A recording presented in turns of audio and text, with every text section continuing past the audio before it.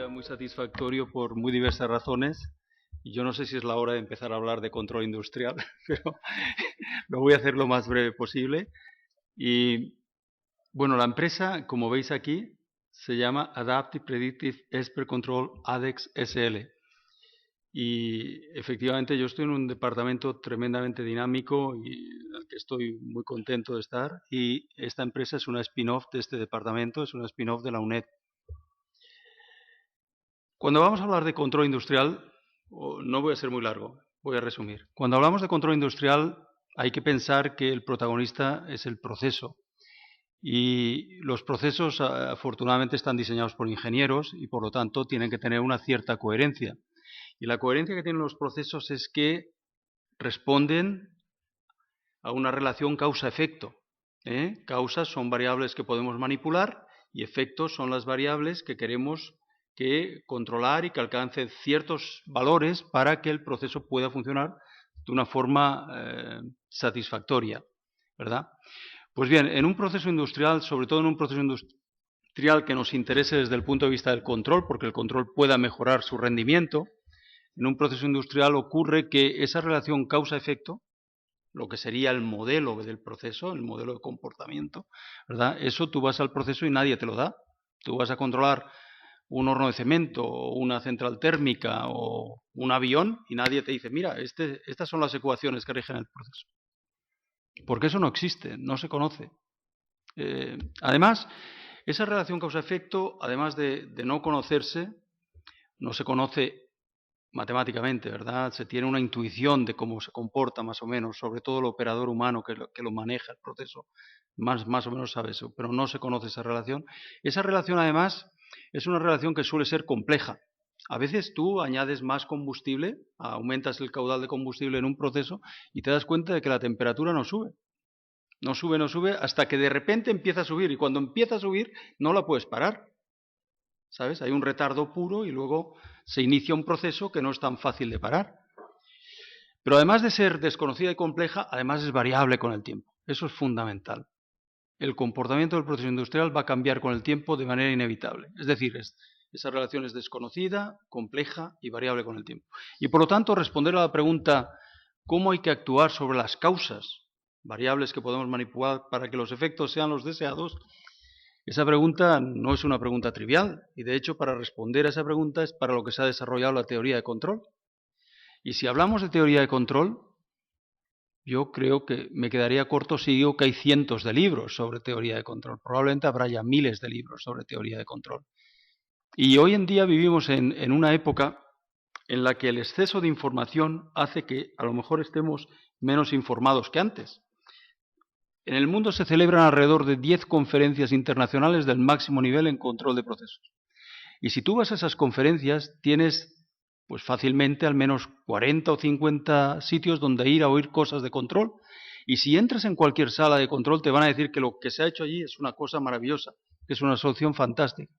Entonces al final tú dices, bueno, ¿yo qué hago? Porque claro, todo es bueno, tanta información, ¿qué es lo que hago con eso?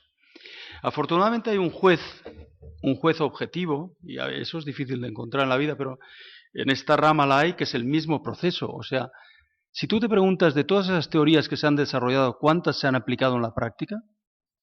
Entonces la respuesta es sorprendente, porque las puedes contar con los dedos de la mano y te sobran dedos.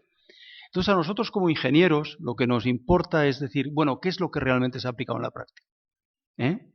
¿Cuál es la teoría que ha ido más allá del umbral que le fija el juez, que es el proceso industrial? Y entonces veremos que, al fin y al cabo, la ciencia, si podemos llamarlo así, del control de procesos, es una ciencia que es extremadamente joven. A mediados del siglo pasado, prácticamente todos los procesos industriales se controlaban en control humano. Era el operador humano el que los controlaba.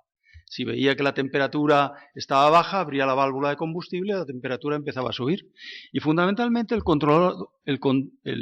operador humano lo que hacía era controlar el proceso reaccionando al error que se producía cuando lo detectaba. Era siempre una reacción al error, ¿verdad?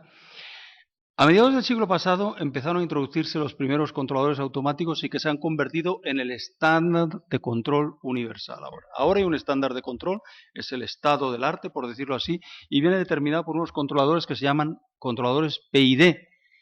¿Y sabéis por qué esos controladores se llaman PID? Porque generan la acción de control reaccionando al error que ya se ha producido de manera proporcional, de ahí la P, integral y derivativa. ¿De acuerdo?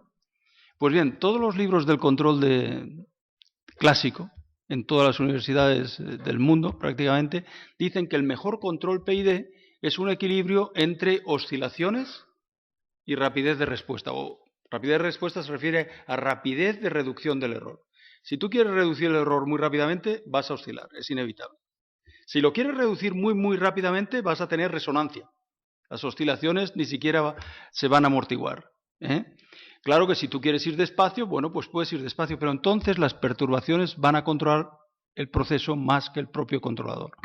O sea que hay una problemática de control fundamental. Y sin embargo, esto es el estándar actual de control.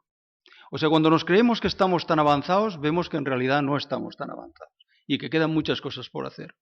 Hay muchos procesos que necesitan control, el proceso se diseña y el proceso es capaz de producir lo que sea, cemento o electricidad o tal, pero ese proceso de alguna forma tiene una inteligencia basada en PIDs y por lo tanto es un proceso capaz de hacer cosas pero un poco torpe en la mayoría de los casos.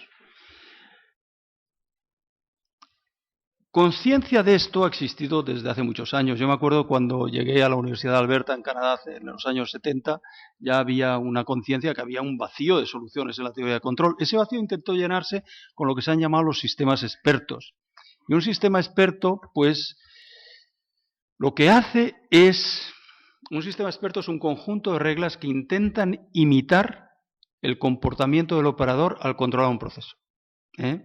Claro, como el proceso industrial tiene las características que os he dicho antes, de ser variable, desconocido, complejo, en realidad tú necesitas tantas reglas y además esas reglas tendrían que cambiar. Por lo tanto, estos sistemas despertaron grandes expectativas, pero en la práctica han despertado pues también grandes decepciones, ¿verdad? ¿Qué es lo que ha roto realmente este estado de cosas? Lo que ha roto esto ha sido la introducción de un concepto que es el concepto de control predictivo. Y creo que luego os enseñaré el documento donde se introdujo el control predictivo. El control predictivo lo que dice es, hombre, reaccionar al error no está mal, pero no es lo mejor. Y entonces propone algo que es de sentido común, lo que decía Calderón de la Barca, ¿verdad? Que antes he dicho. En vez de reaccionar al error, lo que hemos de hacer es predecir la evolución de esas variables que queremos controlar. Y como la evolución de esas variables que queremos controlar depende de la acción de control que pongamos ahora, calcular la acción de control para que esa evolución predicha sea igual a la evolución deseada. Es el huevo de Colón, ¿verdad? Pero hubo un momento en que alguien definió eso y antes no se hacía eso, ni se conocía. Y eso marca un cambio fundamental dentro de lo que va a ser el control de procesos industriales, ¿verdad? Fijaos una cosa, en el control predictivo, si tú predices bien, entonces puedes guiar perfectamente la evolución del proceso. Es decir, tú determinas cómo quieres que el proceso se vaya a comportar, si tú predices bien, ¿verdad? Pero el control predictivo, según la definición, no implica que vayas a predecir bien. Tú puedes tener un modelo y hacerlo predicho igual a deseado, pero si el modelo no es bueno, no vas a tener buen resultado. ¿Veis? Entonces, cuando podemos decir que la aplicación de control predictivo lleva a un control optimizado, y lo que vamos a definir como control optimizado es el que nosotros vamos a elegir, el que nosotros elijamos el comportamiento dinámico del proceso, cómo el proceso se va a comportar, a eso le llamaremos control optimizado.